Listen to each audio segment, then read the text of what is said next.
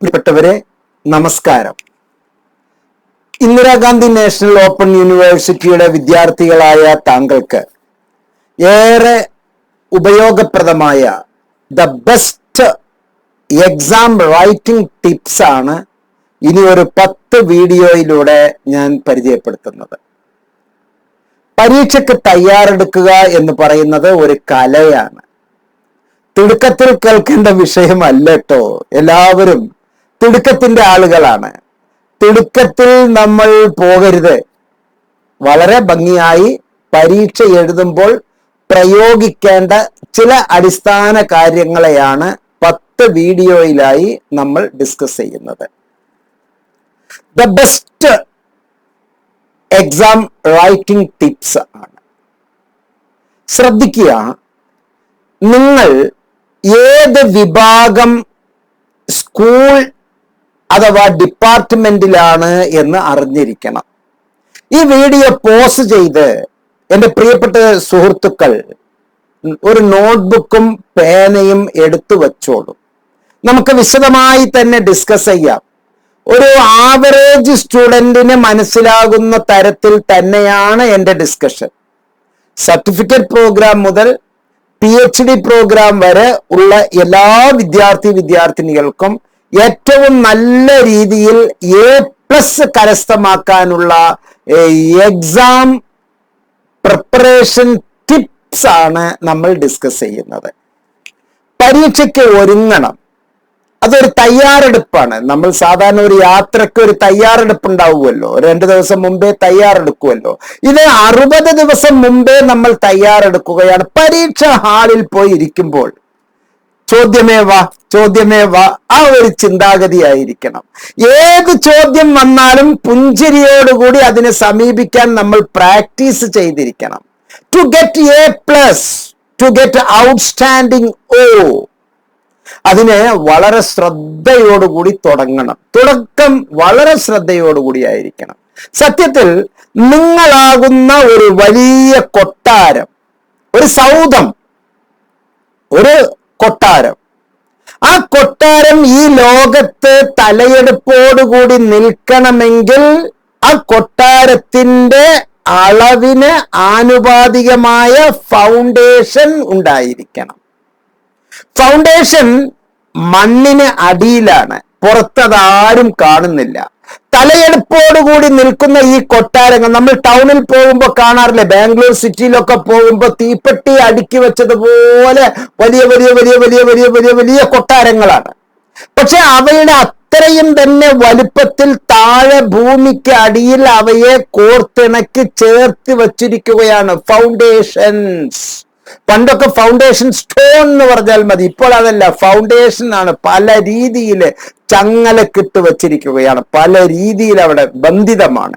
അതുപോലെ നിങ്ങൾക്ക് നല്ല ഫൗണ്ടേഷൻ ഇടണം. എത്ര ആനുപാതികമായും പൊക്കത്തിൽ ഉയരത്തിൽ നിങ്ങൾക്ക് എത്താം, അതനുസരിച്ചുള്ള ആനുപാതികമായിട്ടുള്ള ഫൗണ്ടേഷൻ, ആരും കാണാത്ത ഫൗണ്ടേഷൻ. എന്നിട്ട് പുഞ്ചിരി തൂകിക്കൊണ്ട് മനോഹരമായി നിങ്ങൾക്ക് നിൽക്കണം. പരീക്ഷയ്ക്കുള്ള ഒരുക്കവും അങ്ങനെ തന്നെയാണ്. സോ നിങ്ങൾ ചെയ്യേണ്ടത്, വിവിധ വീഡിയോയിലായി 5-6 വിഷയങ്ങൾ ഓരോ മിനിറ്റിലും നമ്മൾ ഡിസ്കസ് ചെയ്യുമ്പോൾ അത് ശ്രദ്ധയോടുകൂടി എഴുതിയെടുക്കാൻ നിങ്ങൾ നിർബന്ധിതരാണ്.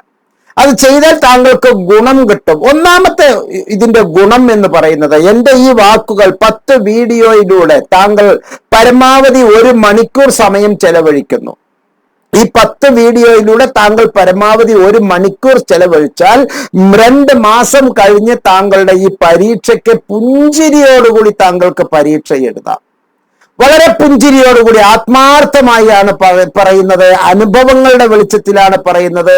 28 കൊല്ലം ഹയർ സെക്കൻഡറി സ്കൂളുകളിലും 31 കൊല്ലം വിദ്യാഭ്യാസ മേഖലയിലും പ്രവർത്തിച്ചതിന്റെ അനുഭവത്തിന്റെ വെളിച്ചത്തിലാണ് ഞാൻ ഈ കാര്യങ്ങൾ കൃത്യമായി പറയുന്നത്. പ്യൂർലി സയന്റിഫിക് ആയുള്ള ഇൻഫർമേഷൻസ് മാത്രമാണ് തരുന്നത്. To get A+.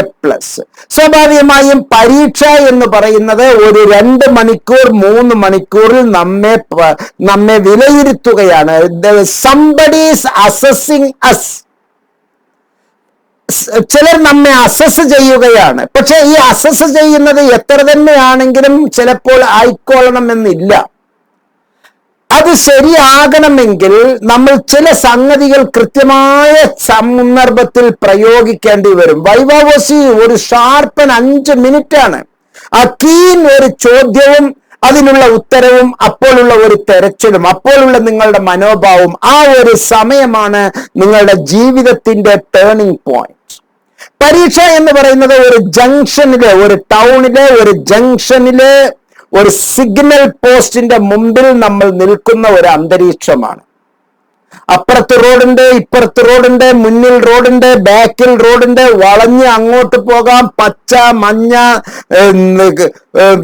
പല തരത്തിലുള്ള ചുവപ്പ്, പല തരത്തിലുള്ള സിഗ്നലുകൾ, അതില് വലത്തോട്ട്, ഇടത്തോട്ട്, നേരോട്ട്, നേരിൽ, ഇത്തിരി ഇങ്ങോട്ട് എന്നൊക്കെ പറഞ്ഞ് പല തരത്തിലുള്ള സിഗ്നലുകൾ നമ്മുടെ മുമ്പിൽ നിൽക്കുകയാണ്. ആ സിഗ്നലുകളിൽ നിന്നാണ് കൃത്യമായ ഡയറക്ഷനിലേക്ക് നമ്മൾ പോകണമെങ്കിൽ നല്ല പ്രാക്ടീസ് ചെയ്തിട്ടുണ്ടാകണം. ആ നല്ല പ്രാക്ടീസ് ചെയ്തത് പരീക്ഷ ഈ സന്ദർഭത്തിൽ ആ ഒരു കീൻ ടൈമിൽ, ചിലപ്പോൾ 2 മണിക്കൂർ, ചിലപ്പോൾ 3 മണിക്കൂർ, ആ 3 മണിക്കൂറിൽ നമ്മൾ പ്രയോഗിക്കുമ്പോൾ നമ്മൾ കൃത്യമായി ചില അടിസ്ഥാന വസ്തുതകൾ മനസ്സിലാക്കിയിരിക്കണം. അതിലെ ഒന്നാമത്തെ വസ്തുതയാണ് നിങ്ങൾക്ക് ക്ഷമ വേണം. തിടുക്കത്തിൽ ഒരിക്കലും കാണരുത്. ഞാൻ ഈ പറയുന്ന സംഗതികൾ ഓരോ ദിവസവും 3 മണിക്കൂർ ചെയ്താൽ മതി. ഓരോ ദിവസവും ഇനിയുള്ള 60 ദിവസം 3 മണിക്കൂർ വീതം ചെയ്താൽ ഞാൻ ഉറപ്പ് തരുന്നു, you will get A+. Outstanding 75% കൂടുതൽ മാർക്ക് വാങ്ങിച്ചാലേ ഓണേഴ്സ് വിത്ത് റിസർച്ച് എന്നുള്ള ഒരു 4ാം വർഷ ബിരുദത്തിലേക്ക് താങ്കൾക്ക് പോകാൻ പറ്റുകയുള്ളൂ. അതുകൊണ്ട് ഫസ്റ്റ് ഇയർ സ്റ്റുഡന്റ് ഇപ്പോൾ തന്നെ തയ്യാറാവുക. ഇതേ രീതിയിൽ തയ്യാറാകുക. ഒന്ന് ട്രാക്കിൽ കയറി കഴിഞ്ഞാൽ പിന്നെ താങ്കൾക്ക് വളരെ എളുപ്പത്തിൽ ആയിരിക്കും. നമ്മൾ ശ്രദ്ധയോടുകൂടി ചെയ്യേണ്ടത്, ആദ്യം നിങ്ങൾ ഏത് ഡിപ്പാർട്ട്മെന്റ് ആണ്, ഏത് സ്കൂളാണ് എന്ന് മനസ്സിലാക്കണം. നമുക്ക് ആദ്യം കുറെ ചോദ്യ പേപ്പറുകൾ പരിചയപ്പെടാം.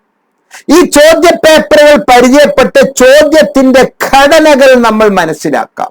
ഇന്നത്തെ ഒന്നാമത്തെ വീഡിയോ ചോദ്യത്തിന്റെ ഘടനകൾ എങ്ങനെയൊക്കെ ആയിരിക്കും എന്ന് പറഞ്ഞാൽ, ഷോർട്ട് ആൻസർ ക്വസ്റ്റ്യൻസ് ഉണ്ടാകുമോ, ഒരു മീഡിയം ലെവലിലുള്ള പാരഗ്രാഫ് ക്വസ്റ്റ്യൻസ് ഉണ്ടാകുമോ, എസ്സേ ടൈപ്പ് ക്വസ്റ്റ്യൻസ് ഉണ്ടാകുമോ, അതിൽ എന്തൊക്കെയാണ് ചോദ്യ പേപ്പറിന്റെ ഘടന, അത് കൃത്യമായി നമ്മൾ ഇന്നത്തെ ഈ ഒരു വീഡിയോയിൽ മനസ്സിലാക്കിയതിന് ശേഷം നമ്മൾ എങ്ങനെയൊക്കെ കുറിച്ചെടുക്കാം, എങ്ങനെയൊക്കെ നോട്ട് എഴുതാം, അതുപോലെ തന്നെ മറ്റു ഏതെങ്കിലും എന്തൊക്കെ മാർഗങ്ങൾ നമുക്ക് പ്രയോഗിക്കാം, അങ്ങനെ 9 മറ്റു വീഡിയോസിൽ ഞാൻ കൃത്യമായി ചില വസ്തുതകൾ താങ്കളെ ധരിപ്പിക്കുന്നുണ്ട്. അപ്പൊ ഇപ്പൊ നമ്മൾ ശ്രദ്ധയോടുകൂടി തുടങ്ങാൻ, ആദ്യം നിങ്ങൾ ഏത് പ്രോഗ്രാമാണ് ചെയ്യുന്നത് എന്ന് അറിയാമല്ലോ. ഈ വാക്കുകൾ വളരെ ഇമ്പോർട്ടന്റ് ആണ്. പ്രോഗ്രാമാണ് നിങ്ങൾ ചെയ്യുന്നത്.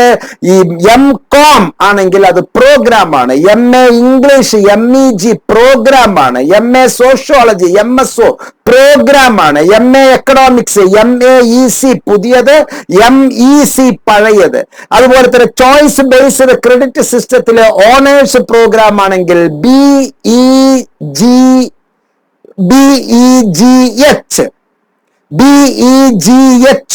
BSOH, BECH, BPSH, BPAH, ഇതൊക്കെ അതിന്റെ.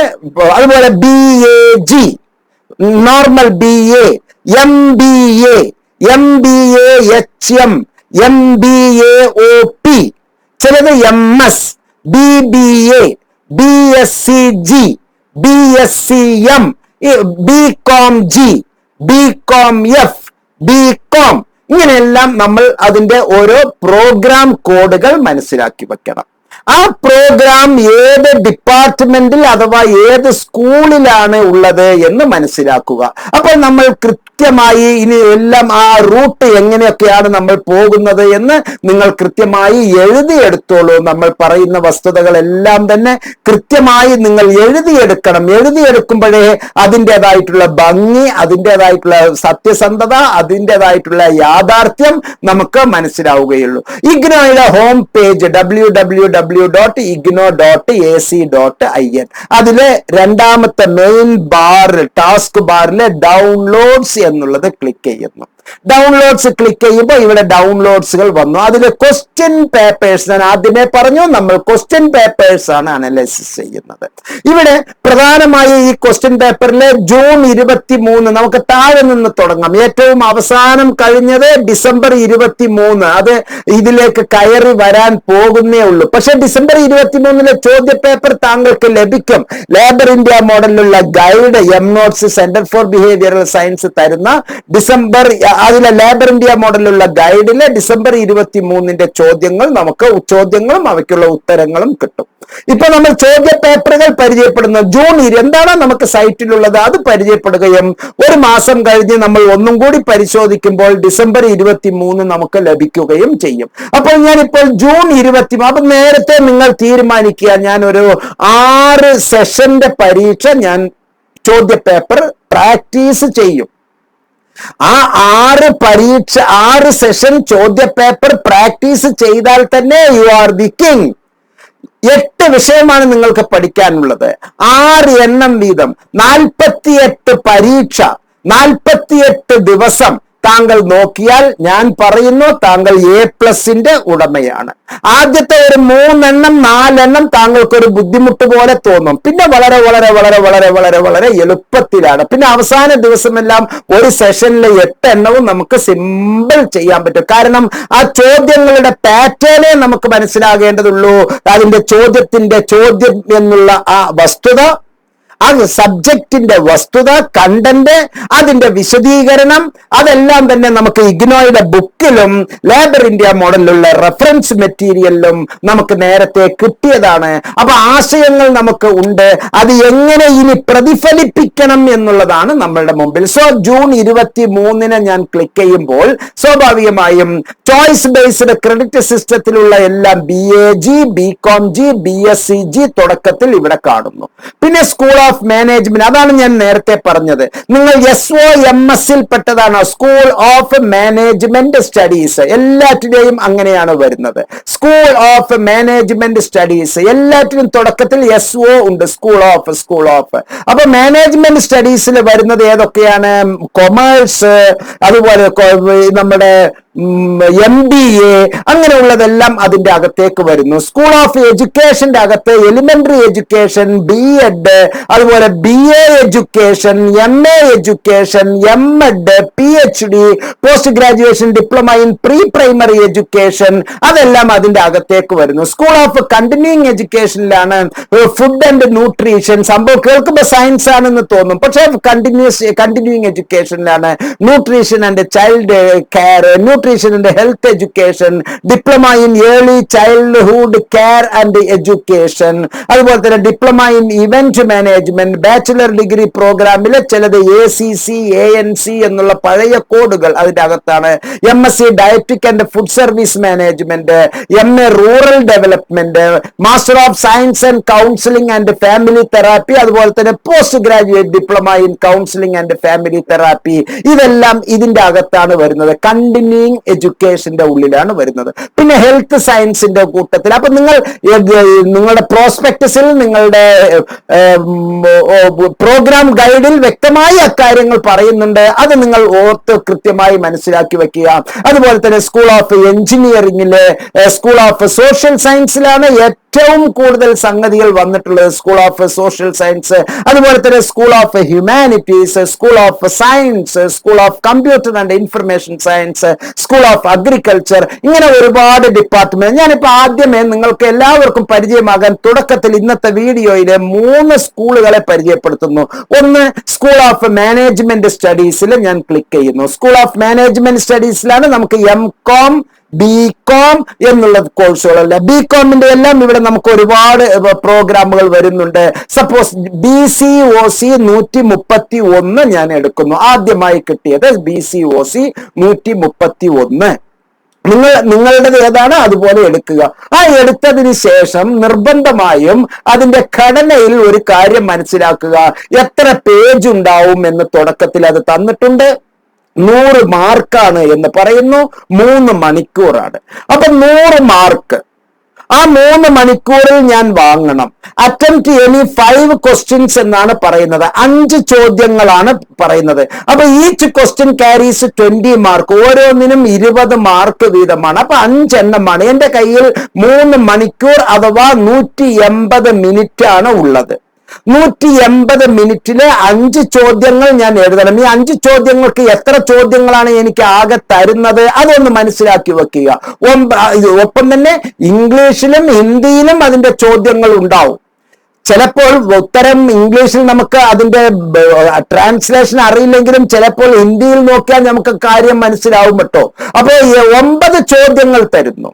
ആ 9 ചോദ്യങ്ങളിൽ നിന്ന് 5 എണ്ണം എന്നുള്ളത് നിർബന്ധമായും നമ്മൾ ആദ്യം എത്ര ഔട്ട് ഓഫ് എത്ര 5 ഔട്ട് ഓഫ് 9 എണ്ണം തന്ന അപ്പൊ അതിന്റെ അകത്ത് ഒരുപാട് ചോയ്സസ് ഉണ്ട്. അത് ഒരു വലിയ ആശ്വാസമാണ്. പക്ഷേ നിങ്ങൾ ഈ ഒരു ഘട്ടത്തിൽ ചിന്തിക്കുക എന്താണെന്നറിയോ? അയ്യോ, ഈ 5 എണ്ണത്തിന്റെ ഏരിയ മാത്രം ഞാൻ പഠിച്ചാൽ മതിയോ? ഒരിക്കലും പോരാ.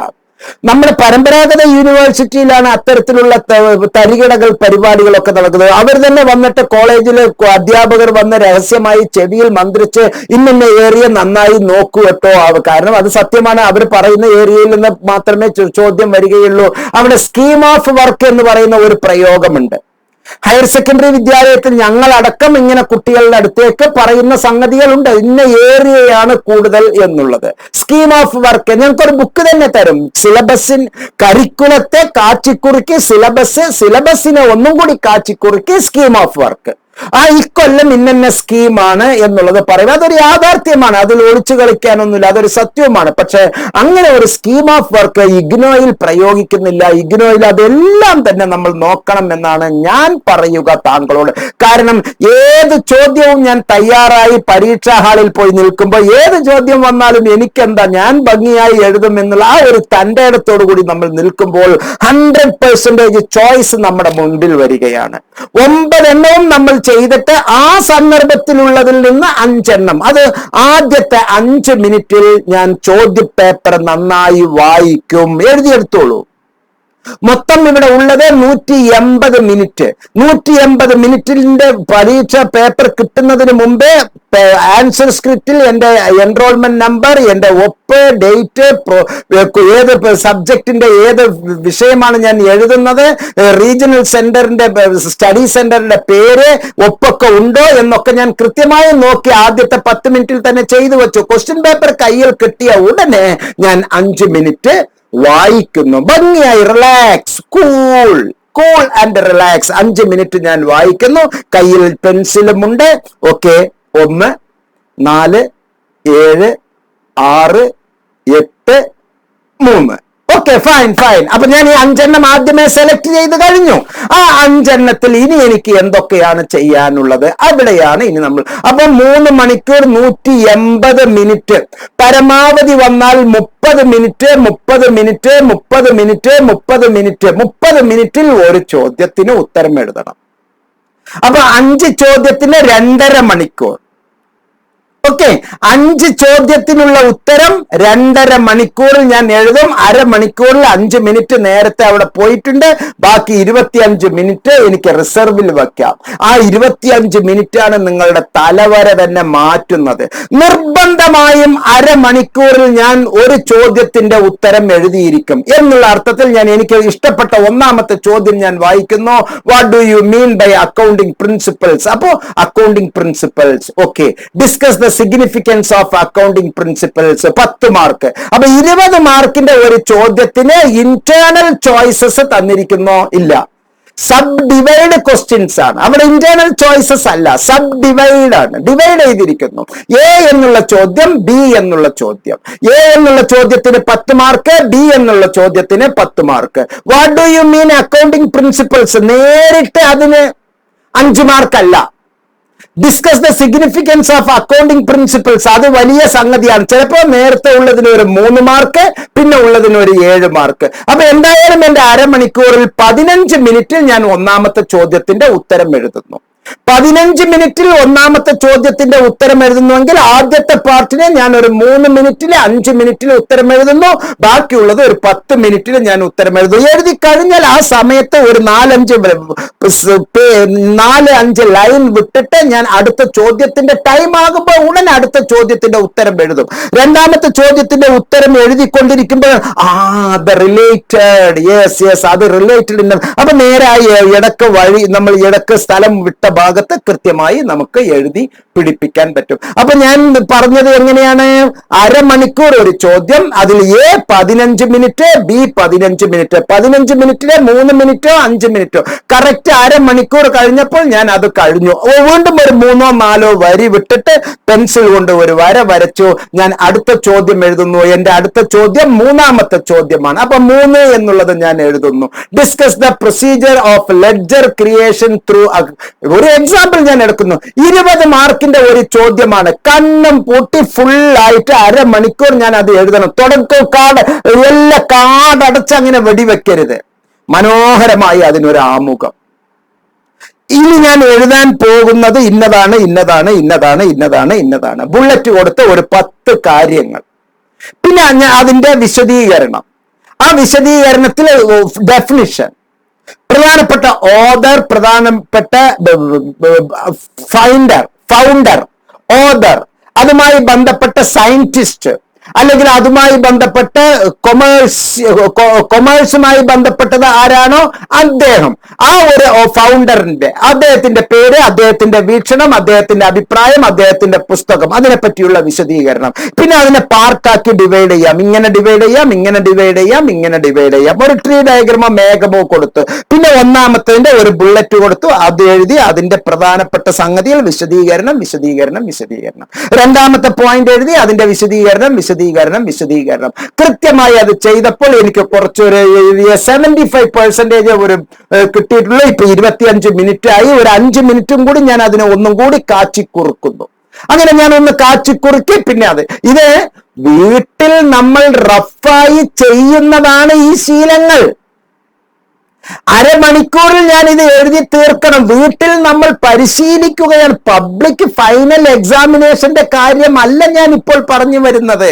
നമ്മൾ ഇത് വീട്ടിൽ പരിശീലിക്കുന്നു. ഇങ്ങനെ ഓരോ സെഷനിലും ഓരോ ചോദ്യ പേപ്പർ എടുത്ത് അതിന്റെ ഉത്തരത്തിന് വന്നാൽ ഞാൻ എങ്ങനെയാണ് എന്ന് നമ്മൾ ഓരോന്ന് പരിശോധിക്കുകയാണ്. അങ്ങനെ പരിശോധിച്ച് ഓക്കെ, അപ്പൊ 20 അരമണിക്കൂർ കഴിഞ്ഞു. അതിന്റെ ഉത്തരത്തിലേക്കുള്ളത് എഴുതി. ഇനി മറ്റൊരു സംഗതി, ഞാൻ അടുത്തത് ഞാൻ ഇനി എടുക്കുന്നത് 7ാമത്തെ ചോദ്യമാണ്. 7ാമത്തെ ചോദ്യം എടുക്കുമ്പോഴും ഇതേപോലെ തന്നെ 20 മാർക്കിന്റെ ഒരു സംഗതി. അപ്പൊ അതിനെ ഞാൻ എങ്ങനെയാണ്, നേരത്തെ പറഞ്ഞതുപോലെ ഒരു വലിയ എസ്സേ ടൈപ്പിലാണ് വരുന്നതെങ്കിൽ ആകർഷണീയമായ സബ് പോയിന്റുകളെ, ടേബിൾസ്, ട്രീസ് ഒക്കെ വരച്ച് അതിനെ ലഘൂകരിക്കേണ്ടത് നമ്മുടെ ബാധ്യതയാണ്. ചുരുക്കത്തിൽ ഇനി അങ്ങനെ ഞാൻ 9ാമത്തെ ചോദ്യത്തിൽ എന്റെ 5ാമത്തെ ചോദ്യത്തിലേക്ക് എത്തുന്നു. ഞാൻ സമയം നോക്കുമ്പോൾ ഇനിയും എനിക്ക് 48 മിനിറ്റ് ഇനി എനിക്ക് ആകെ ഉള്ളൂ. അരമണിക്കൂറിൽ ഇപ്പോൾ തന്നെ 20 മിനിറ്റ് പോയി കഴിഞ്ഞു. ഇനി ആകെ എന്റെ കയ്യിൽ ഈ 30 മിനിറ്റിൽ ഞാൻ എന്തായാലും ഇത് പൂർത്തിയാക്കണം.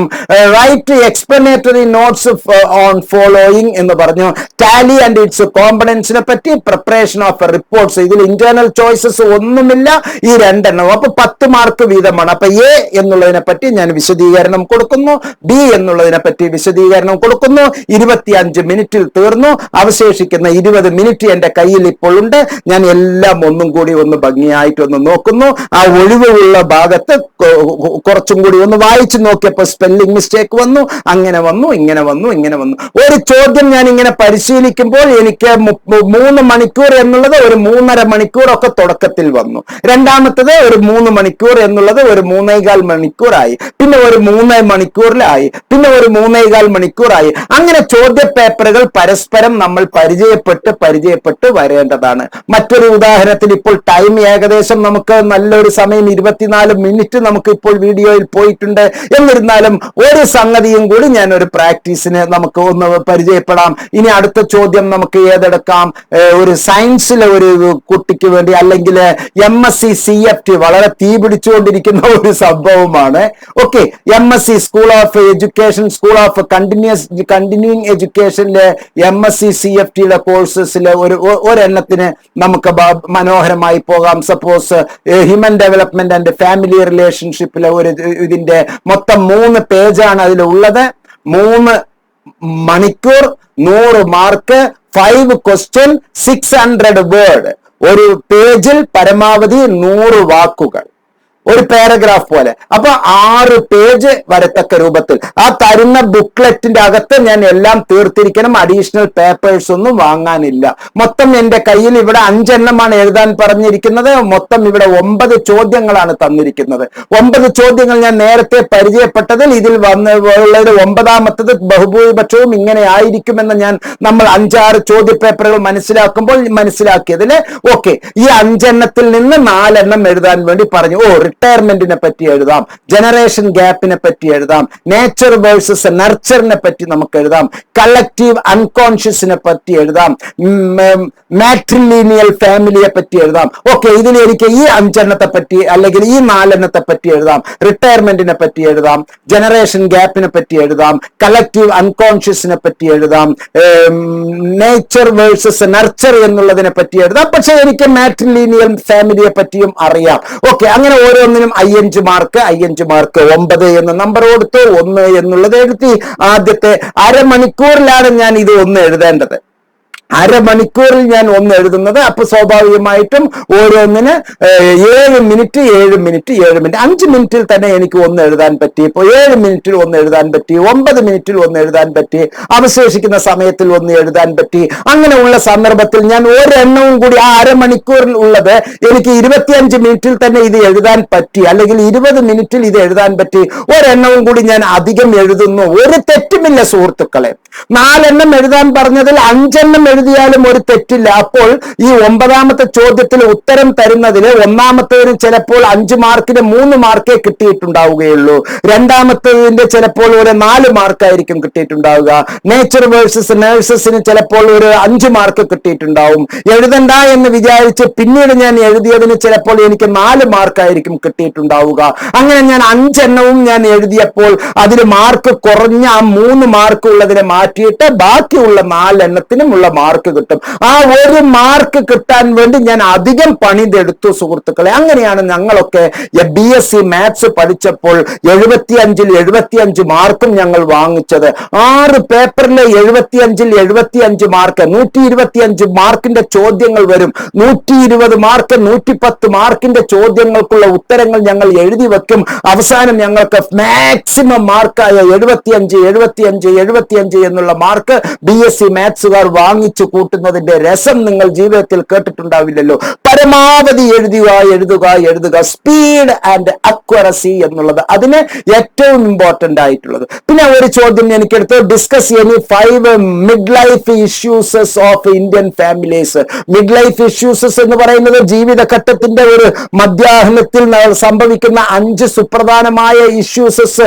അതിൽ സംഭവിക്കുന്നത് എന്തൊക്കെയാണ് എന്നുള്ളത് നമുക്ക് വളരെ നന്നായി അറിയാം. ഹെൽത്ത് ഇഷ്യൂസസ്, അതുപോലെ തന്നെ ജോബ് ഇഷ്യൂസസ്, മിഡ് ലൈഫിലാണല്ലോ ഇതൊക്കെ ചെയ്യുന്നത്. മാരിറ്റൽ ഇഷ്യൂസസ് സംഭവിക്കാം, മൈഗ്രേഷൻ ഇഷ്യൂസസ് സംഭവിക്കാം. ഇതെല്ലാം നമുക്ക് ഇതിൽ 5 എണ്ണത്തിനെയാണ് എഴുതാൻ. 4 എണ്ണം ഇപ്പോൾ ഞാൻ പറഞ്ഞു, ഇനി ഒരെണ്ണം താങ്കളും കൂടി എഴുതൂ. ഫാമിലി റിലേഷൻഷിപ്പ് ഒരു വല്ലാത്ത ഒരു ഇഷ്യൂ ആണ്. കോർത്തിണക്കുക, സംഘടിപ്പിക്കുക, സംഘാടനം നടത്തുക.